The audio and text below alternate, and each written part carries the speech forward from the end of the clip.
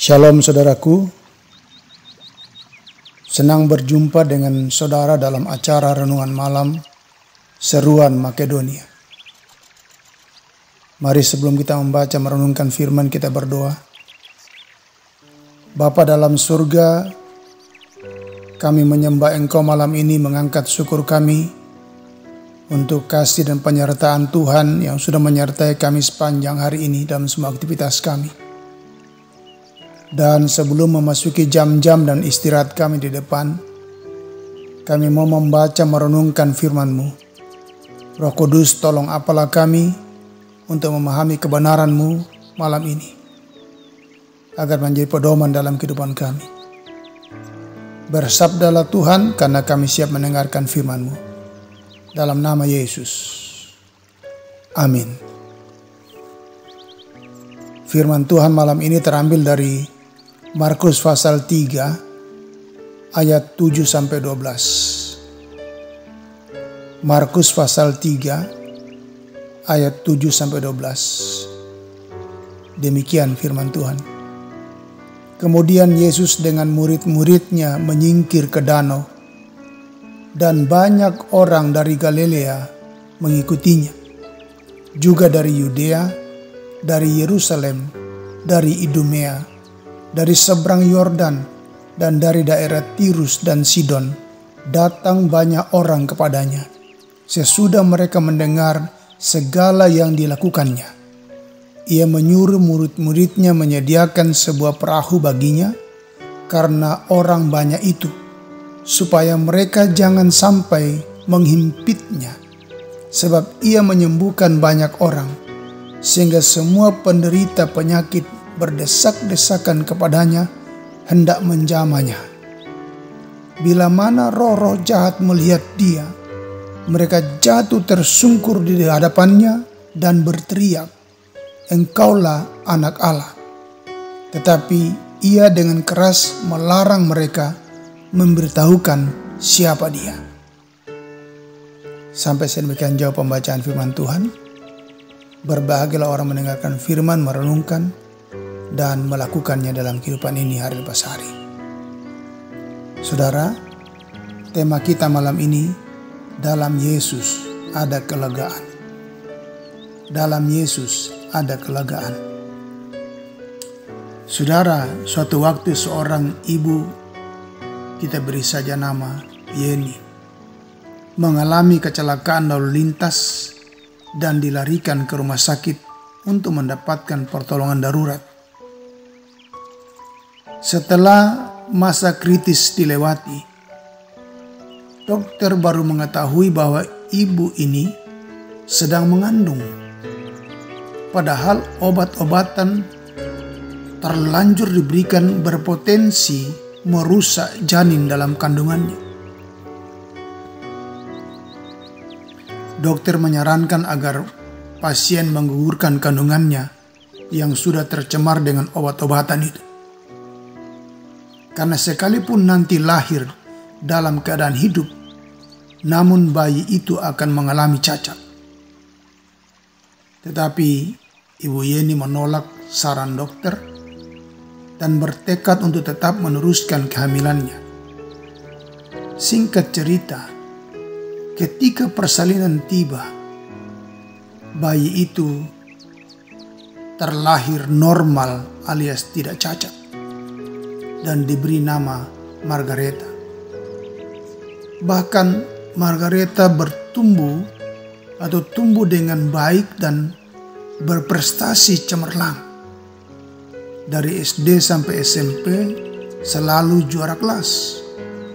Juga dia hebat dalam olahraga renang, malah menjuarai olahraga renang remaja sekabupaten.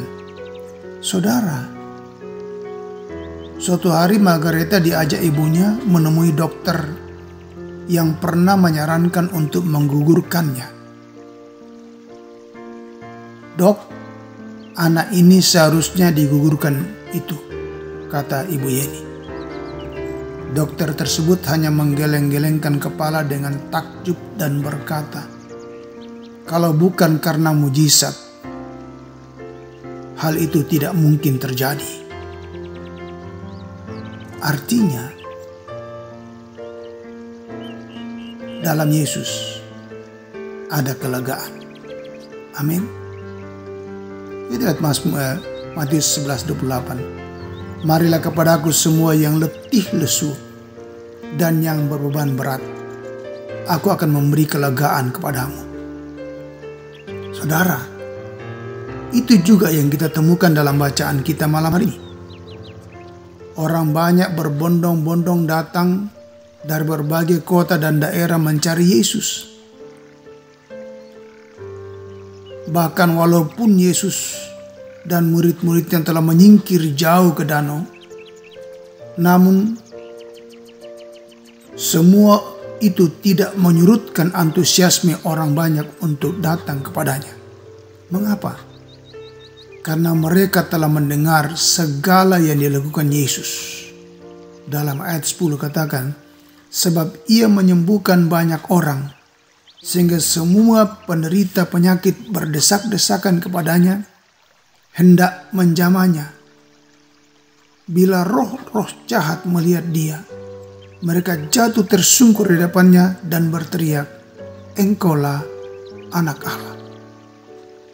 Artinya saudaraku, bagi mereka, hanya dalam Yesus atau oleh Yesuslah mereka beroleh kelegaan.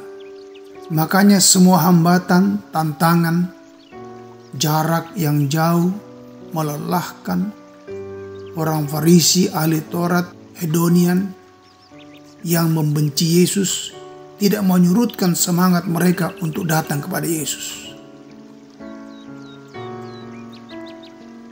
Bagaimana dengan kita? Adakah antusiasme atau gelora hati kita juga datang kepada Yesus dan menyembah atau melayani Dia? Hambatan apa yang kadang membuat kita kendor atau kehilangan semangat untuk menyembah dan melayani Yesus? Ingatlah, justru ketika kita tetap setia dan mempercayai dan melayaninya di tengah tantangan hidup ini, kita akan mengalami kuasa yang dahsyat darinya. Amin. Paulus katakan, karena itu aku senang dan rela di dalam kelemahan, di dalam siksaan, di dalam kesukaran, di dalam penganiayaan, dan kesesakan oleh karena Kristus.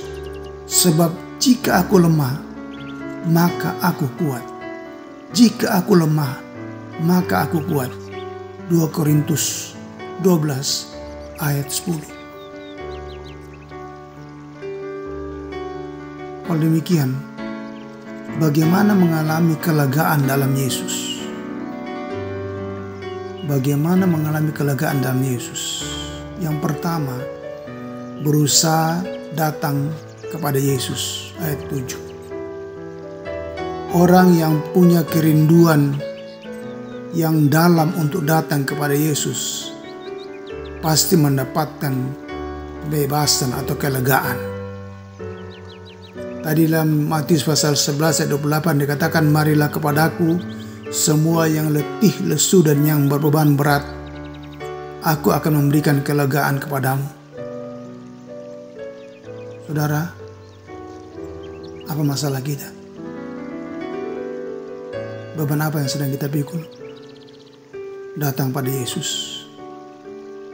Ingat perempuan pendarahan 38 tahun datang kepada Yesus dengan keyakinan, asal ku jamah saja jubahnya, aku akan sembuh. Artinya datang kepada Yesus dan meletakkan pengharapan kepadanya, kita akan melihat mujizat terjadi. Yang kedua, terbuka terhadap pengajaran Tuhan. Terbuka terhadap pengajaran Tuhan. Saudara, kesediaan kita untuk mendengar pengajaran Tuhan atau firman Allah merupakan bentuk hormat dan kasih kita kepada Allah. Karena itu jangan enggan untuk menyatakan kerinduan kita, keterbukaan kita. Istilah saya, berilah kuping saudara untuk mendengarkan firman Tuhan. Karena itulah bentuk hormatmu, bentuk kasihmu kepadanya. Dan dengan kita terbuka terhadap firman Tuhan, pengajaran firman, membawa dua akibat. Yang pertama, hati kita berbahagia, sesuai dengan Lukas 11:28. Yang berbahagia ialah mereka yang mendengarkan firman Tuhan dan yang memeliharanya. Saudara, ketika seseorang berusaha untuk mendapatkan kebahagiaan tanpa rasa kehadiran Allah, adalah seperti mencoba untuk memiliki hari yang cerah tanpa matahari. Dalam artian bahwa semua yang dilakukan sia-sia. Karena kebahagiaan hanya apa? Hanya ada dalam Yesus. Kelegaan hanya dalam Yesus. Yang kedua, akibat dari terbuka atau mendengar firman Tuhan, iman kita bertumbuh. Roma 10:17. Jadi iman timbul dari pendengaran, dan pendengaran oleh firman Kristus. Saudara, Alkitab tidak mengenal iman yang tidak membawa kepada ketaatan. Saya ulangi, Alkitab tidak mengenal iman yang tidak membawa kepada ketaatan. Juga tidak mengenal ketaatan yang tidak tumbuh dari iman. Karena keduanya berada di sisi yang berlawanan dari koin yang sama. Itu pernyataan dari A.W. Tozer. Jadi kalau kita katakan kita beriman, berarti kita akan mentaati kebenaran firman Tuhan. Dan kalau kita katakan kita taat, itu timbul dari hati nurani, dari iman yang tulus kepada Tuhan. Bukan karena keterpaksaan. Dan itu akan membawakan hasil yang memuliakan Tuhan, yang memberi kelegaan kepada kita. Yang ketiga, kiat mengalami kelegaan dalam Yesus. Percaya kuasa Yesus yang membebaskan. Ayat 10. Sebab ia menyembuhkan banyak orang, sehingga semua penderita penyakit berdesak-desakan kepadanya hendak menjamahnya. Artinya, bagi orang banyak ketika itu, Yesus adalah solusi yang dapat membebaskan mereka dari sakit penyakit, dari ketakutan, dari kecemasan, dan dari kuasa kegelapan, serta memberi kelegaan. Saudara yang kasih dalam Tuhan Yesus,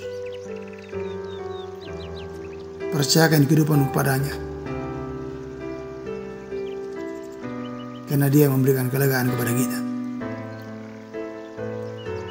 Ingat, dalam hampir segala sesuatu yang menyentuh kehidupan sehari-hari kita di bumi ini, Allah berkenan ketika kita senang. Dia menghendaki bahwa kita sebebas burung-burung untuk terbang dan menyanyikan pujian bagi pencipta kita tanpa rasa takut. Amin. Itu sebabnya Yesus datang untuk memberi kebebasan bagi orang percaya yang mempercayakan dirinya kepadanya, atau memberi kelegaan. Karena datang kepada Yesus, Dialah solusi bagi kita. Dialah memberikan kelegaan dalam hidup ini. Oleh karena itu, Bapak Ibu saudara kasihan Tuhan Yesus, mari kita datang kepadanya, membawa hidup kita kepadanya, mempercayakan hidup kita kepadanya. Yesus adalah jawaban dalam hidup ini. Amin. Mari kita berdoa. Bapa, kami bersyukur untuk kebenaran firman-Mu malam ini. Bersyukur kami memiliki Engkau sebagai Allah, pemberi kelegaan. lega dari ketakutan, kecemasan hidup, kekhawatiran, sakit penyakit, kuasa kegelapan. Bapa, teguhkan iman kami dalam menjalani kehidupan ini. Mohon perlindungan-Mu Tuhan, terutama dari paparan COVID-19 yang sedang mewabah dalam negeri kami. Ya Tuhan, biarlah kami menjalani hari-hari hidup kami dalam perlindungan dan berkat Tuhan. Dalam istirahat kami malam ini, lindungi apalah umat-Mu. Jauhkanlah dari kuasa kegelapan serta mara bahaya. Lindungi kami dalam ketiduran kami, agar esok kami bangun dengan kesegaran dan dalam berkat Tuhan. Terima kasih Tuhan Yesus. Dalam nama Yesus kami sudah berdoa. Amin. Saudaraku, sampai di sini renungan malam Seruan Makedonia. Salam sehat selalu, tetap jaga protokol kesehatan, dan tetap semangat. Tuhan Yesus memberkati. Shalom.